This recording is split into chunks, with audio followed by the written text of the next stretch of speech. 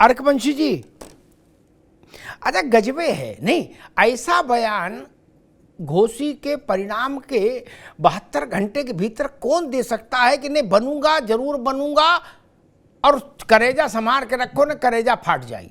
नहीं, ये अति आत्मविश्वास नहीं हो गया?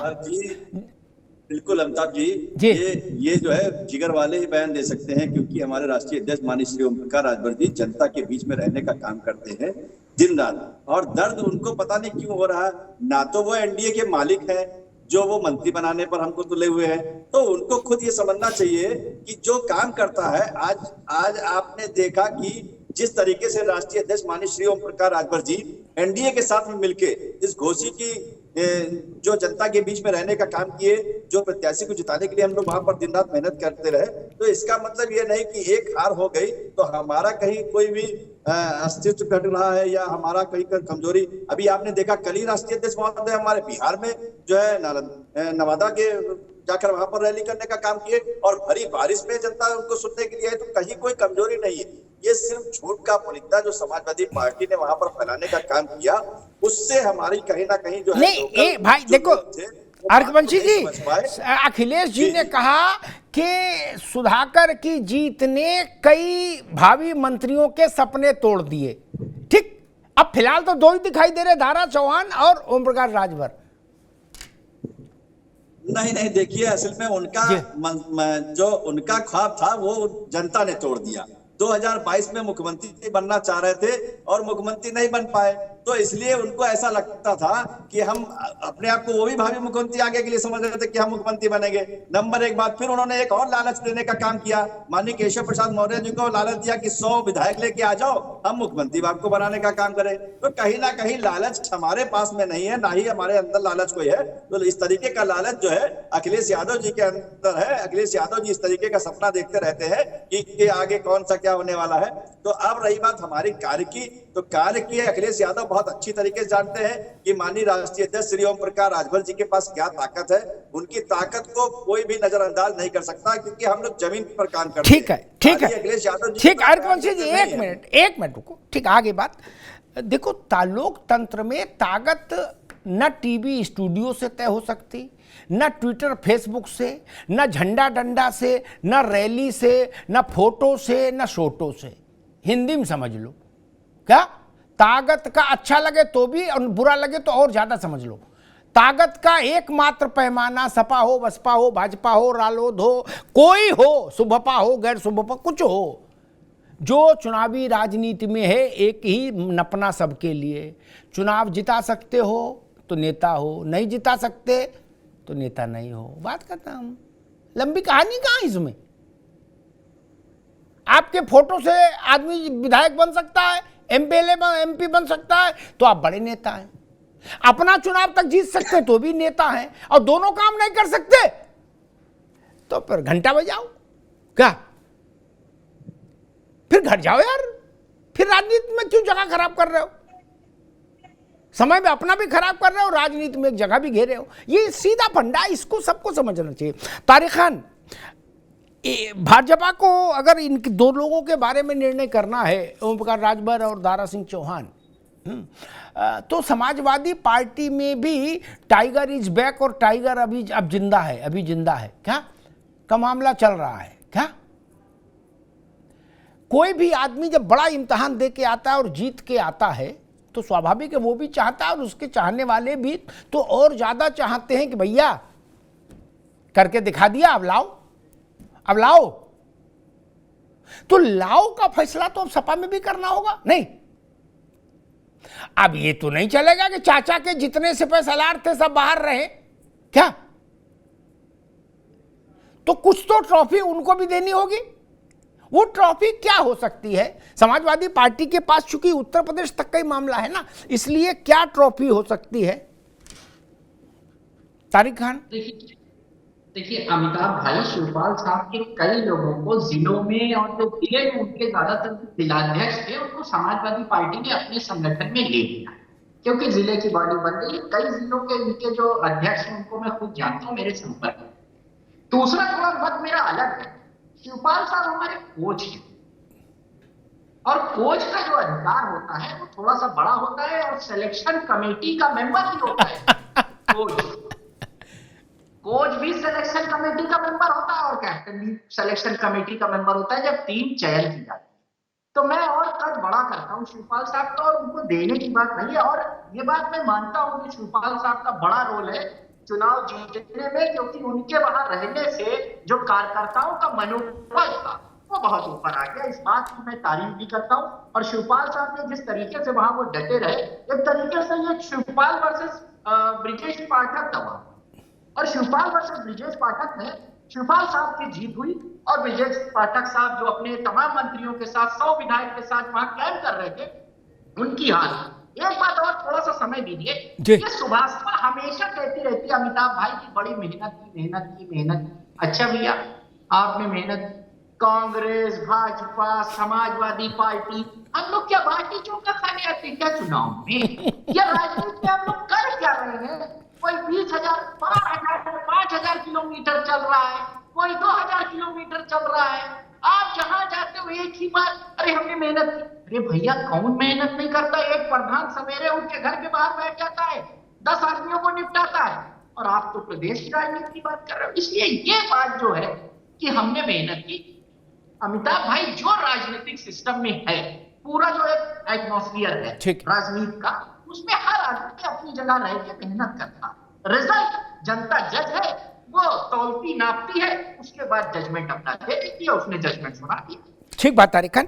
देखो भैया, मैं तो बड़ा मतलब प्रैक्टिकल आदमी हूं। लड़का फेल हो गया, लाया रिजल्ट, बोले हम फेल हो गए पापा, लेकिन हमने मेहनत बहुत की। तो पापा क्या देख कान के नीचे दो मारते हैं, बोले मेहनत को ओढ़े कि बिछाए, पास क्यों नहीं हुआ? सीधी बात भाई। और कोई राजनीति में क्या मसला भाई? इसमें 50-50 नहीं चलता। 99 पे भी फेल हो, 100 आए तो ठीक, नहीं तो इधर बैठो।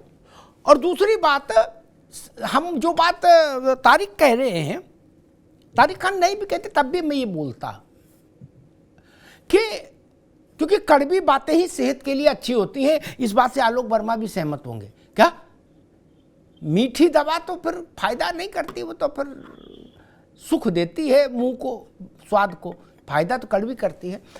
455 शायद वो थे बूथ, अगर मैं सही याद कर रहा हूँ, वहाँ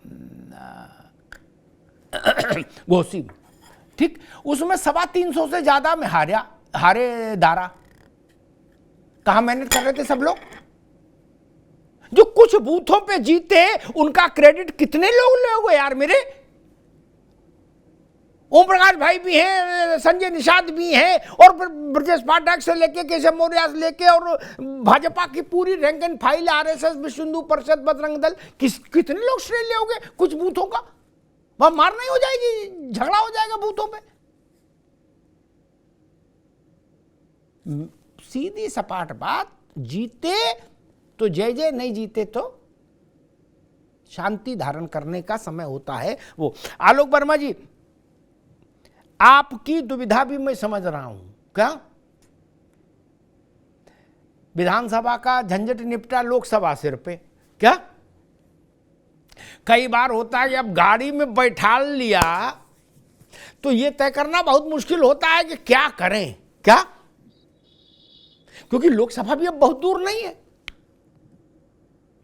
और ओम प्रकाश जी के मामले में एक बात ये भाजपा भी अच्छे से जानती है और बाकी लोग भी जानते हैं कि वो और दारा सिंह क्या यायावरी प्रवृत्ति के व्यक्ति हैं क्या? शिवपाल जी ने क्या कहा था विधानसभा में योगी जी से, भाई इनको जल्दी मंत्री बना दो, नहीं हमारी तरफ भी आ सकते हैं, बात मत कहना, क्या? अब वो बात भाजपा भी जानती है। तो ये टाइमिंग थोड़ी सी क्रूशियल फंस गई क्या आलोक जी? इसीलिए ओम प्रकाश राजभर कह रहे हैं कि ना मंत्री तो बनेंगे, खूंटा ठोक के बनेंगे। और उसमें भी एक रट्टा ये कि वो लखनऊ वाले किसी के नाम ही नहीं गिना रहे, वो कह रहे भाई नरेंद्र मोदी, अमित शाह और जेपी नड्डा फैसला करेंगे। अब इतना ठीक नहीं। अरविंद जैतलक जी हमारे साथ जुड़ गए, अरविंद जी का स्वागत है। आलोक जी, नहीं सास की अपनी भूमिका है, लेकिन जिठानी को भी मान दिया जाता है थोड़ा बहुत, नहीं? ददिया सास ठीक है, सास ठीक है, लेकिन जिठानी की भी कोई कदर होनी चाहिए, नहीं? आलोक वर्मा जी। हाँ भाई, सबकी कदर है। राजभर भाई हमारे साथी हैं, एनडीए के साथी हैं, संजय निषाद जी हमारे साथी हैं।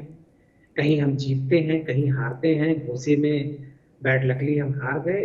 निश्चित रूप से हमने भी मेहनत की थी, राजभर जी ने भी मेहनत की थी, संजय निषाद जी ने भी मेहनत की थी। तो जिस तरीके से जीत सामूहिक होती है, उसी तरीके से हार सामूहिक होती है। वहां कुछ कमियां हमने रही होंगी, कुछ संजय जी कुछ वहां कुछ कमी रही, कुछ ना कुछ तो कमी रही होगी। साथ में बैठेंगे, चिंतन मनन करेंगे, निश्चित रूप से इसका रास्ता निकलेगा। देखिए, राजभर जी बहुत शक्तिशाली नेता हैं, इससे इनकार आप नहीं कर सकते। समाजवादी पार्टी जब जीती तो अखिलेश यादव जी का झंडा नहीं लगाया, वहां बैनर किसका लगाया? राजभर जी का। उनको ज्यादा फिक्र हमारी है कि एनडीए के कौन साथी हैं, कौन किसने कहाँ मेहनत की, कौन कहाँ गया, कहाँ नहीं गया। अरे साहब, ये हमारी चिंता का विषय है ना साहब। हम घोसी में गए, कौन किसने कहाँ प्रचार किया, क्या जीते क्या हारे, चलता रहता है। तो राजनीति में इतिहास रहा है, कभी हम हारे हैं, कभी जीते हैं। और जहां हम हारे हैं, दुगनी तिगनी चौगुनी मेहनत हमने वहां की है, और उसके बाद फिर जीते हैं। मुझे लगता है हार जीत राजनीति में चलती रहती है, इसे बहुत गंभीरता से नहीं होनी चाहिए। चिंता समाजवादी पार्टी के साथियों को नहीं, देखो, चिंता सपा की इसलिए है, चिंता कहो या चकल्लस कहो, जो भी कहो, क्योंकि ये दोनों लोग, दारा चौहान और ओम प्रकाश राजभर, उनके साथ थे अभी कुछ वक्त पहले तक। तो तलाक के बाद भी आदमी ख्याल खोज खबर रखता है, पड़ोसी से पूछता कहो भाई उनके क्या हाल है। अरे तलाक के बाद भी खोज खबर रखता है आदमी।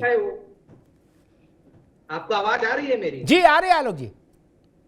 अच्छा, 2022 में वो उनके साथ थे, और उनके साथ हट करके हमारे साथ आ गए। राजभर जी तो उनके साथ जब थे, बहुत कुछ उनको आईना दिखा रहे थे, आईना उन्होंने देखा नहीं। राजभर जी समझ गए कि इनके साथ बहुत ज्यादा लंबा चला नहीं जा सकता।